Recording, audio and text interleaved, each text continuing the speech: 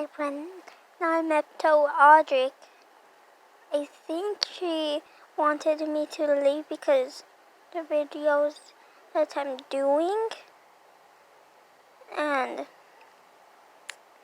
I told her to send me a request on Roblox if I leave the group with my friends, but she still went online.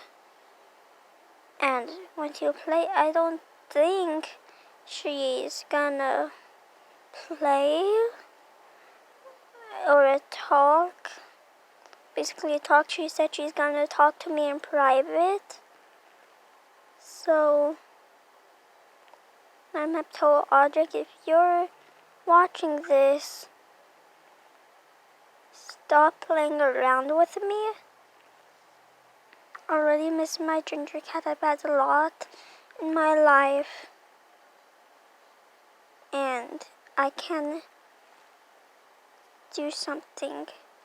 I can tell my sister to do what's happening, because that's not once I made the neon right ginger cat. You had to leave and kind of scammed me. I was trying to tell my sister to look, and I can show her, but no, you kind of scammed me, and I didn't know she had those things what you did. I felt so stupid.